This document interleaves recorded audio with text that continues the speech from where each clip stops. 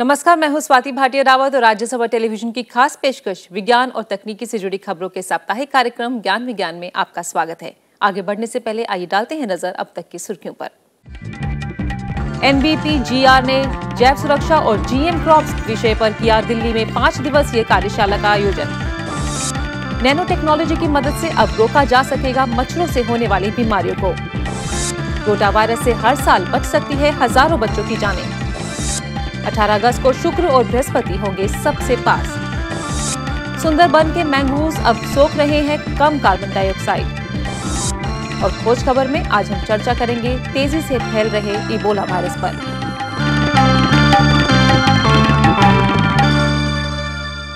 और अब खबरें विस्तार से। देश में GM क्रॉप्स चर्चा का विषय बना हुआ है। ऐसे में राष्ट्रीय पादप अनुवंशिक संसाधन ब्यूरो ने हाल ही में दिल्ली में एक कार्यशाला का आयोजन किया, जिसका उद्देश्य था जैव सुरक्षा और GM क्रॉप्स के डिटेक्शन विषय पर चर्चा करना। पेश है एक रिपोर्ट।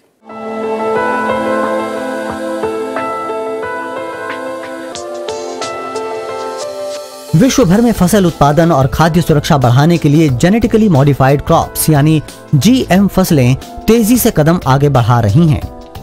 विश्व के 27 देशों में GM फसलों की खेती की जा रही है। भारत में भी 1 करोड़ 10 लाख हेक्टेयर में BT कॉटन उगाया जा रहा है। ये तय है कि GM फसलों की व्यापारिक स्तर पर खेती से पहले जैव सुरक्षा के सभी मुद्दों का समाधान कर लिया जाएगा। लेकिन इससे पहले वैज्ञानिकों और शोधकर्ताओं को इस बारे में जागरूक होना जरूरी है कि जैव सुरक्षा के मुद्दे क्या हैं और किस तरह उनका नियमन किया जाता है। GM फसलों के लाभ के बारे में जानकारी देने के लिए विशेषज्ञों को तैयार करने के विचार से NBPGR यानी national bureau of genetic resources ने जैव सुरक्षा और GM फसलों की पहचान पर एक 5 दिवसीय वर्कशॉप का आयोजन किया। वर्कशॉप का उद्घाटन श्री हेम पांडे, अतिरिक्त सचिव पर्यावरण एवं वन मंत्रालय और जेनेटिक मूल्यांकन समिति के अध्यक्ष डॉक्टर KC बंसल ने किया। NBPGR के निदेशक डॉक्टर KC बंसल ने वर्कशॉप के उद्देश्यों के बारे में विस्तृत जानकारी दी। Principal scientist doctor Gurinder Singh Randhawa ने वर्कशॉप और GM फसलों पर किए जा रहे कार्य के बारे में बताया।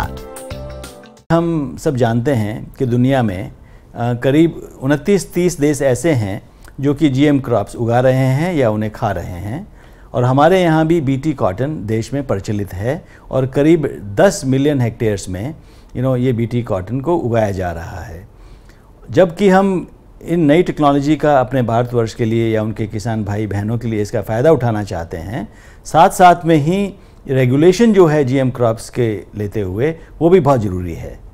जैसे रेगुलेशन का मेरा मतलब ये कि ministry of environment and forest है या डिपार्टमेंट ऑफ बायोटेक्नोलॉजी है, इन्होंने ऐसे इंटरनेशनल स्तर पर वो रेगुलेशन तैयार किए हैं, वो तौर तरीके अपनाए हैं जिससे कि किसी को भी एनवायरनमेंट को, वातावरण को, पर्यावरण को या किसी जीव जंतु को किसी का नुकसान ना हो। श्री पांडे ने भारत में GM फसलों के निरंतर परीक्षणों की आवश्यकता पर बल दिया ताकि ये पता लग सके कि भारत में इनका भविष्य क्या है। इस अहम प्रयास में भारतीय कृषि अनुसंधान परिषद और देश भर के राज्यों के कृषि विश्वविद्यालयों के वैज्ञानिक और शोधकर्ता शामिल हैं।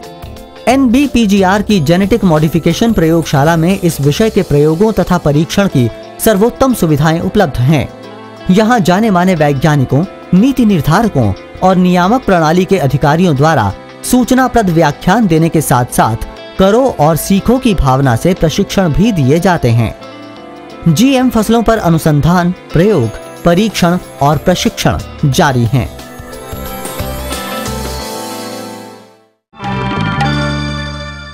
बारिश के बाद अचानक मच्छरों की संख्या बढ़ने लगती है, जिसके कारण डेंगू और मलेरिया जैसी बीमारियां फैलने लगती हैं। इसी समस्या को ध्यान में रखते हुए कलकत्ता के वैज्ञानिकों ने एक ऐसी सस्ती और कारगर विधि खोजी है जिसमें नैनो टेक्नोलॉजी की मदद से मच्छर के लार्वा को पनपने से पहले ही रोका जा सकेगा।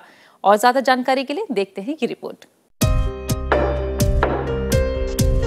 अदना से कीट मच्छर ने सदियों से दुनिया भर में लोगों का जीना मुहाल कर रखा है। देखने में छोटा मगर बीमारियां फैलाने में इसका कोई सानी नहीं। जानलेवा डेंगू ज्वर हो या मलेरिया, फाइलेरिया, पीला बुखार हो या वायरल इंसेफेलाइटिस, इन सभी बीमारियों को यही फैलाता है। अनुमान है कि हर साल दुनिया भर में मच्छरों के कारण फैलने वाली बीमारियों से कम 20 लाख लोगों की जान चली जाती है।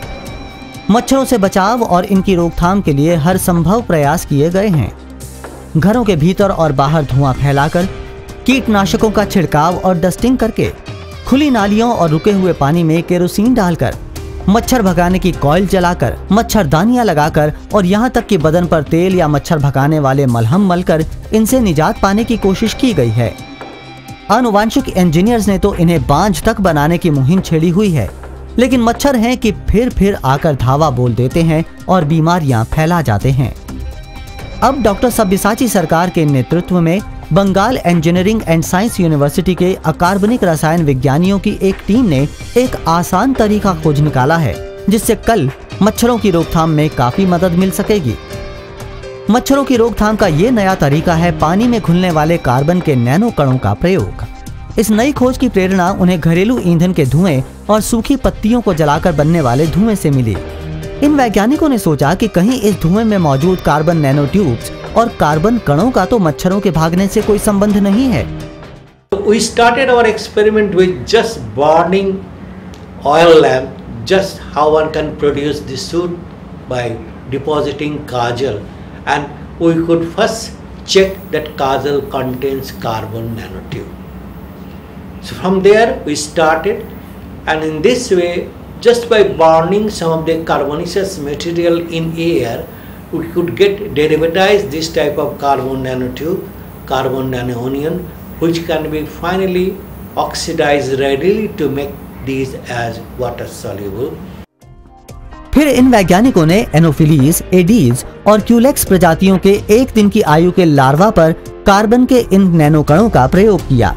वैज्ञानिकों ने देखा कि पानी में 1 मिलीग्राम से 2 मिलीग्राम प्रति लीटर नैनो कार्बन कण मिलाने पर 30 से 35% लार्वा वयस्क मच्छर नहीं बन पाए।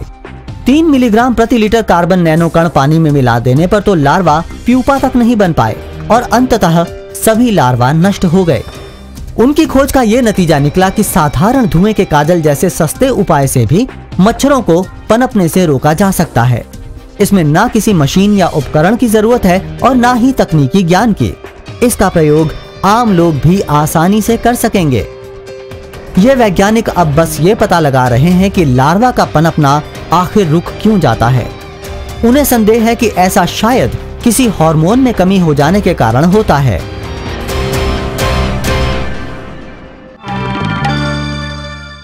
पिछले मंगलवार को जारी की गई एक रिपोर्ट के अनुसार देश में रोटा वायरस वैक्सीन की मदद से लगभग 26,985 शिशुओं को हर साल मृत्यु की चपेट में आने से बचाया जा सकता है। ये आंकड़े 2011 से 2013 के दौरान रोटा वायरस पर किए गए अध्ययन से एकत्रित हुए हैं।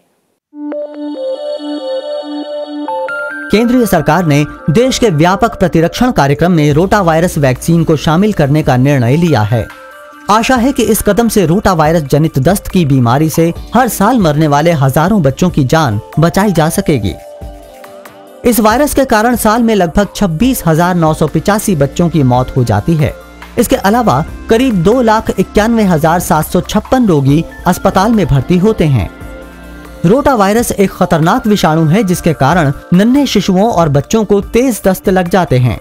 अनुमान है कि भारत में सालाना इससे 1,13,00,000 से भी अधिक रोगी पीड़ित होते हैं।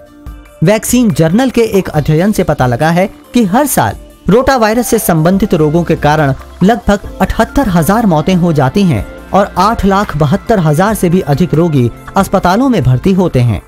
इसके अलावा 30,20,000 आउट पेशेंट इलाज के लिए आते हैं। इन पर 4 अरब 90 करोड़ तथा 5 अरब 38 करोड़ रुपए का व्यय होता है। इतने व्यय में देश भर में रोटा वायरस का प्रतिरक्षण अभियान सफलतापूर्वक चलाया जा सकता है।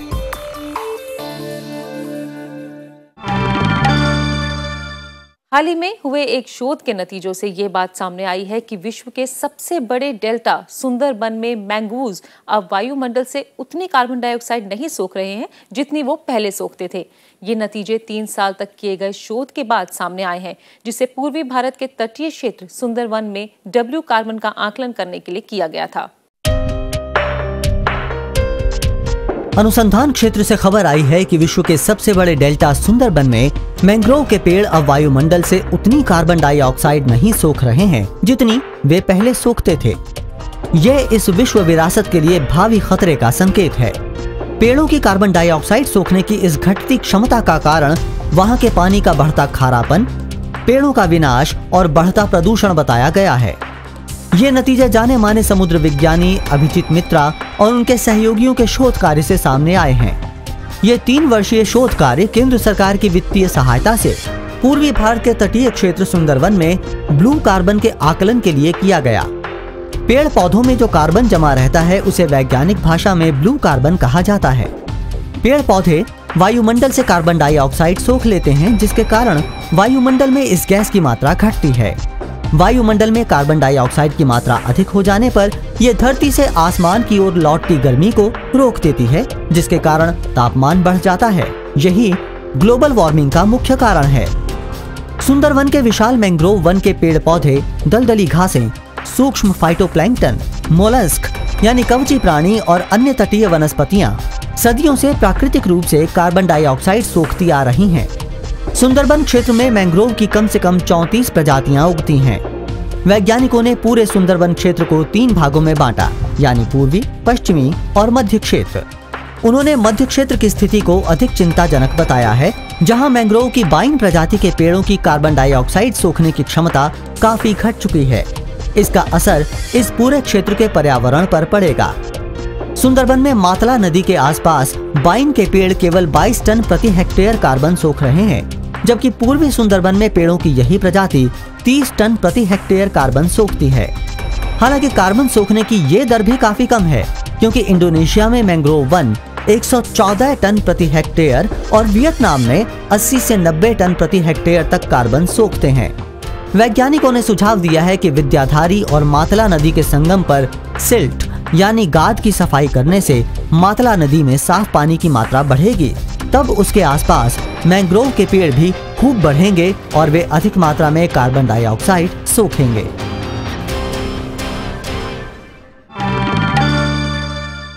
अठारह अगस्त को आकाश में एक अद्भुत नजारा देखने को मिल सकता है, जब शुक्र और बृहस्पति ग्रह एक साथ दिखाई देंगे और इनके बीच की कोणीय दूरी 1 डिग्री से भी कम हो जाएगी। ये नजारा 18 अगस्त की सुबह आप देख सकते हैं। नैनीताल स्थित आर्यभट्ट प्रेक्षण विज्ञान शोध संस्थान एरीज के खगोल वैज्ञानिकों का कहना है कि 18 अगस्त को आसमान में बृहस्पति और शुक्र ग्रह के मिलन का अद्भुत नजारा दिखाई देगा।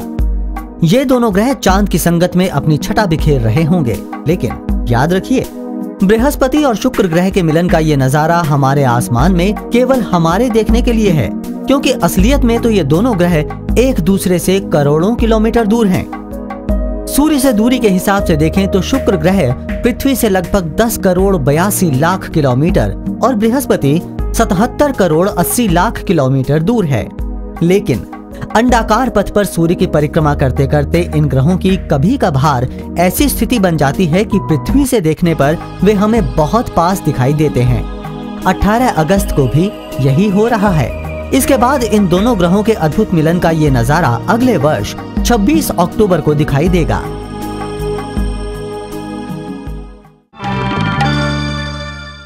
IUCN द्वारा संकटग्रस्त प्राणी घोषित किए जा चुके पेंगुइन्स की प्रजाति और उनके संरक्षण में जुटे लोगों के लिए एक अच्छी खबर है।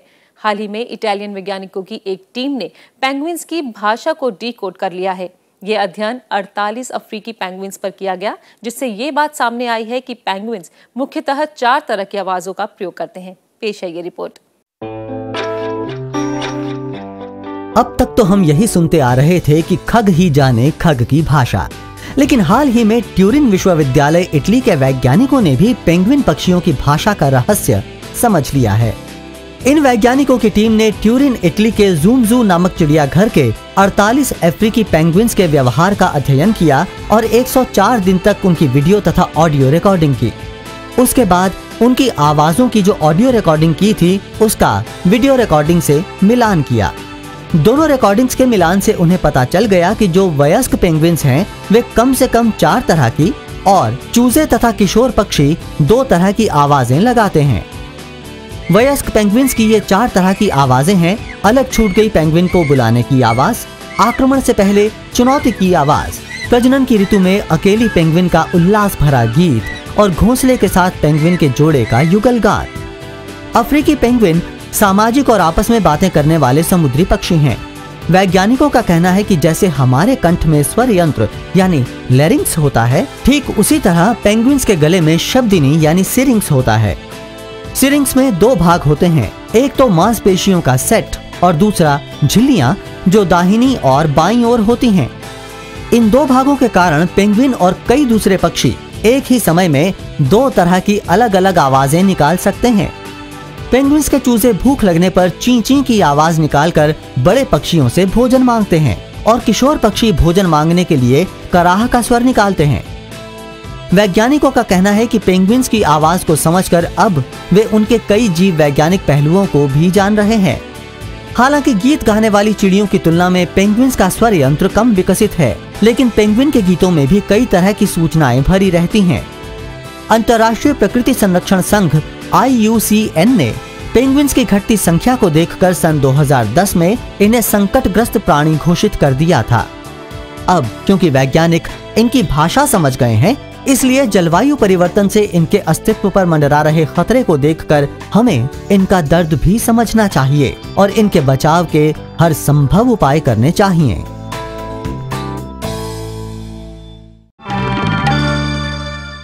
तो अभी वक्त एक छोटे से ब्रेक का। देखते रहिए कार्यक्रम ज्ञान विज्ञान।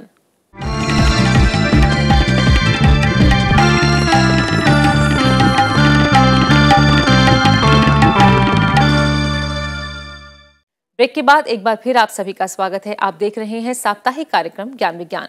खबरों में आगे बढ़ते हैं। आजकल एक खतरनाक वायरस इबोला की वजह से कुछ देशों में महामारी फैली हुई है। इस वायरस की गंभीरता को देखते हुए विश्व स्वास्थ्य संगठन ने भी आपातकालीन स्थिति की घोषणा कर दी है।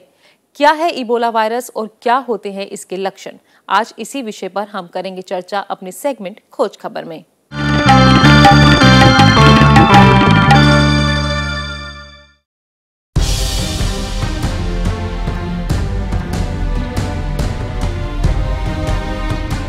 इन दिनों विश्व भर में इबोला वायरस की चर्चा है, जो 4 अफ्रीकी देशों में स्थानीय महामारी की तरह फैला और अब तक कम से कम 1013 लोगों की जान ले चुका है।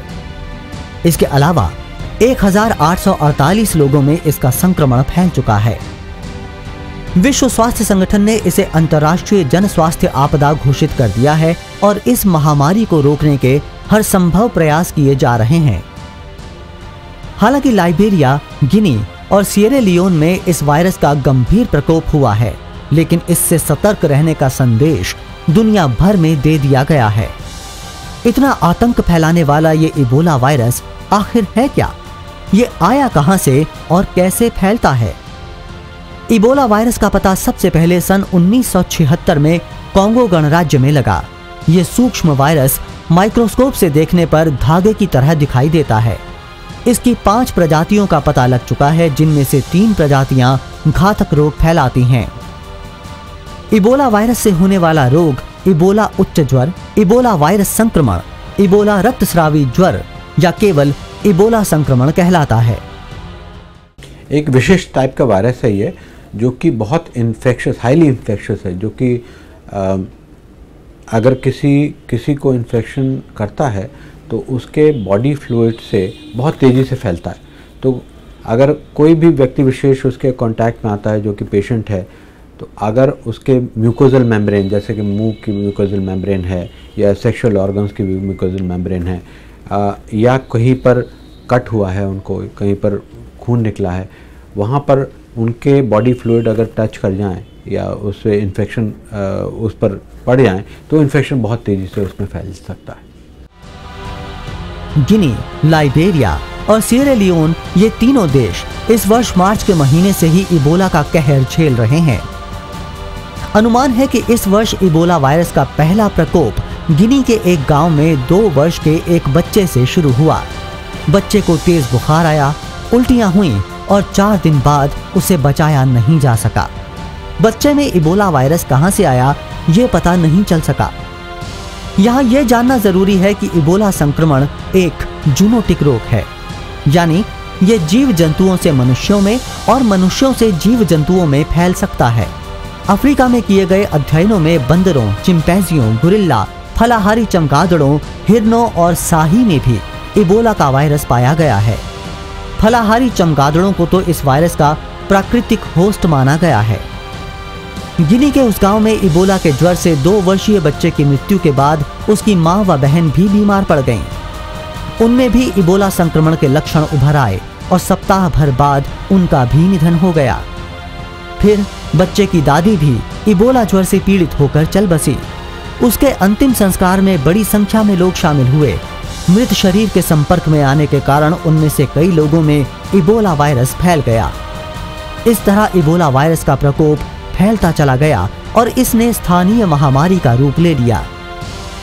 यह ध्यान देने की बात है कि इबोला वायरस का संक्रमण घातक तो है, लेकिन ये हवा, पानी या भोजन से नहीं फैलता। ना ये आम सर्दी जुकाम की तरह फैलता है। यदि किसी व्यक्ति में इबोला वायरस तो है, लेकिन उसका कोई लक्षण नहीं उभरा है, तो उससे भी इसका संक्रमण नहीं फैलता। इबोला का संक्रमण शरीर के द्रवों जैसे खून, लार या पेशाब से फैलता है। रोगी की चमड़ी से संपर्क होने पर भी संक्रमण फैल सकता है। इबोला के रोगी की देखभाल करते समय भी बहुत सावधानी की जरूरत होती है, ताकि व्यक्ति रोगी के शारीरिक द्रवों के संपर्क में ना आ सके। जहां तक इबोला वायरस संक्रमण के लक्षणों की बात है, तो इसके लक्षण संक्रमण फैलने के 2 से 21 दिन तक में प्रकट होते हैं।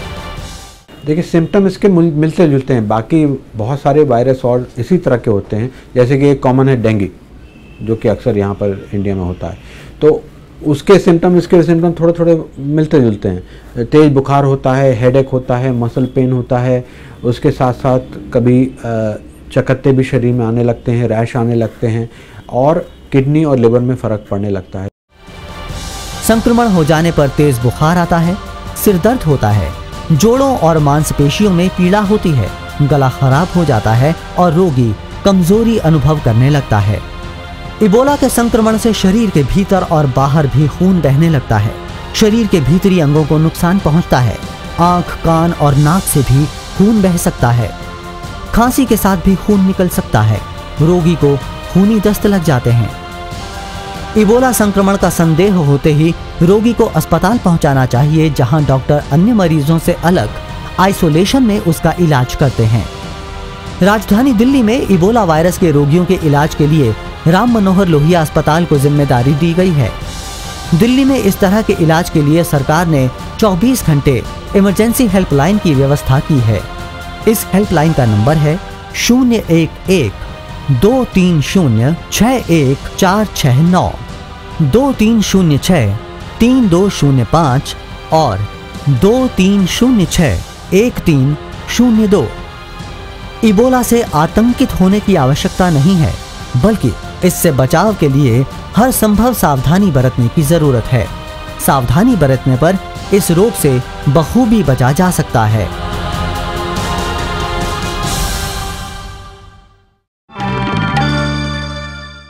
और क्या है इस सप्ताह के इतिहास में विज्ञान का योगदान, जानेंगे अपने सेगमेंट इतिहास के पन्नों में।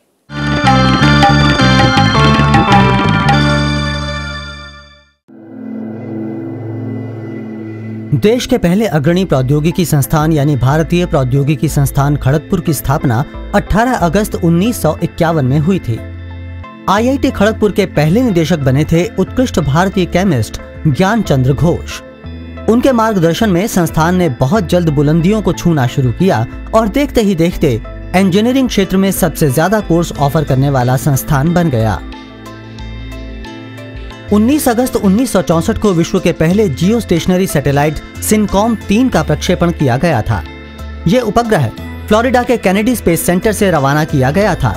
इस सैटेलाइट की मदद से 1964 में टोक्यो में हुए ओलंपिक खेलों का सीधा टीवी प्रसारण किया गया था। इसके अलावा सिनकॉम 3 का इस्तेमाल बहुत से कम्युनिकेशन सैटेलाइट टेस्ट के लिए भी किया जाता है। 22 अगस्त 1935 को जन्म हुआ था प्रसिद्ध भारतीय वनस्पति वैज्ञानिक गुरुदेव सिंह खुश का। खुश को टमाटर की कोशिका आनुवंशिकी पर मूलभूत शोध के लिए जाना जाता है। इन्होंने चावल की 300 से भी अधिक नई प्रजातियां विकसित करके एशिया में चावल की हरित क्रांति की शुरुआत की थी। उनके अमूल्य योगदानों के लिए 1996 के वर्ल्ड फूड प्राइज के अलावा इन्हें कई पुरस्कारों से नवाजा जा चुका है।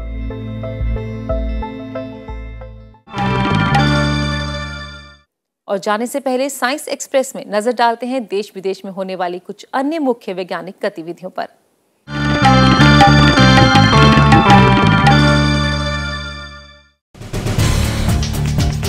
चालक रहित विमान यानी ड्रोन देश की वन संपदा पर नजर रखेंगे। वे वनों और वन्य जीवों को देखने के साथ साथ अवैध शिकारियों को भी खोज निकालेंगे। इनसे बाघों की संख्या का भी सटीक अनुमान लगाया जा सकेगा। वन्य जीव वैज्ञानिकों का कहना है कि ड्रोन्स की मदद से वे उन दुर्गम वन्य क्षेत्रों की भी जांच कर सकेंगे जहां मनुष्यों का पहुंचना कठिन है। वे राष्ट्रीय बाघ संरक्षण प्राधिकरण और अंतर्राष्ट्रीय पर्यावरण संस्था WWF के सहयोग से देश के 10 वन्य जीव बहुल इलाकों के अध्ययन की एक महत्वाकांक्षी परियोजना बना रहे हैं। इस हाईटेक सुविधा से उन्हें वन्य जीवों की गिनती करने और अवैध शिकारियों को पकड़ने में मदद मिलेगी। डॉक्टर जितेंद्र सिंह, केंद्रीय राज्य मंत्री विज्ञान एवं प्रौद्योगिकी तथा पृथ्वी विज्ञान ने अगस्त-सितंबर उत्तरार्ध के लिए 2014 के दक्षिण पश्चिमी मानसून से वर्षा का दीर्घकालीन पूर्वानुमान जारी किया। उन्होंने मानसून के उत्तरार्ध में सामान्य बारिश की उम्मीद जताई है। पूर्वानुमान के अनुसार इस साल मानसून के मौसम में सामान्य की अपेक्षा कुल 87% बारिश की संभावना जताई गई है। अप्रैल में 95% और जून में 93% वर्षा का पूर्वानुमान लगाया गया था। उल्लेखनीय है कि इस साल मानसून की कमजोर शुरुआत के चलते सूखे की आशंका जताई गई थी, लेकिन बाद में मानसून के जोर पकड़ने से इस स्थिति में सुधार हुआ है। भारतीय अंतरिक्ष अनुसंधान संगठन इसरो के अध्यक्ष डॉक्टर के राधाकृष्णन का कहना है कि ब्रॉडबैंड, इंटरनेट और ग्रामीण टेलीकॉम कनेक्टिविटी की बढ़ती जरूरतों को देखते हुए इसरो नए शक्तिशाली उपग्रहों के निर्माण की योजना बना रहा है। ये शक्तिशाली उपग्रह उच्च फ्रीक्वेंसी बैंड के होंगे और 100 गीगाबिट्स प्रति सेकंड की दर से आंकड़ों का विश्लेषण कर सकेंगे। डॉक्टर राधाकृष्णन बिट्स पिलानी के हैदराबाद परिसर में एक दीक्षांत समारोह में श्रोताओं को संबोधित कर रहे थे। डॉक्टर राधाकृष्णन ने कहा कि इसरो नए उपग्रह छोड़ने के साथ साथ पुराने उपग्रहों को भी बदलने की योजना बना रहा है। नासा की जेट प्रोपल्शन लेबोरेटरी के सहयोग से सन 2020 तक एक ड्यूअल माइक्रोवेव इमेजिंग सैटेलाइट भी तैयार करने की योजना है। अमेरिकी अंतरिक्ष एजेंसी नासा द्वारा मंगल पर भेजे गए अपॉर्चुनिटी रोवर यान ने अंतरिक्ष के किसी ग्रह उपग्रह पर सबसे अधिक दूरी तक चलने का नया कीर्तिमान बनाया है। अपॉर्चुनिटी रोवर यान सन 2005 में मंगल ग्रह पर पहुंचा था। ये मनुष्य द्वारा निर्मित ऐसा पहला अंतरिक्ष यान है जिसने अंतरिक्ष के किसी पिंड पर सबसे अधिक दूरी तय की है। सौर ऊर्जा से चालित ये रोबोट यान मंगल ग्रह की सतह पर 40 किलोमीटर लंबी यात्रा कर चुका है। इससे पहले ये रिकॉर्ड तत्कालीन सोवियत संघ के लूनोखोद 2 रोवर ने बनाया था। तो ज्ञान विज्ञान में आज इतना ही। आपको हमारे कार्यक्रम कैसा लगता है, इसके बारे में आप अपने सुझाव और प्रतिक्रियाएं हमें ईमेल कर सकते हैं। हमारा ईमेल एड्रेस है news@vigyanprasar.gov.in। आप चाहें तो हमें पत्र भी लिख सकते हैं। हमारा पता है C24 कुतुब इंस्टीट्यूशनल एरिया, नई दिल्ली 110016। विज्ञान और तकनीकी से जुड़ी खबरों के इस साप्ताहिक कार्यक्रम में अगले हफ्ते फिर होगी मुलाकात। तब तक के लिए हमें दीजिए इजाजत और देखते रहिए राज्यसभा टेलीविजन। नमस्कार।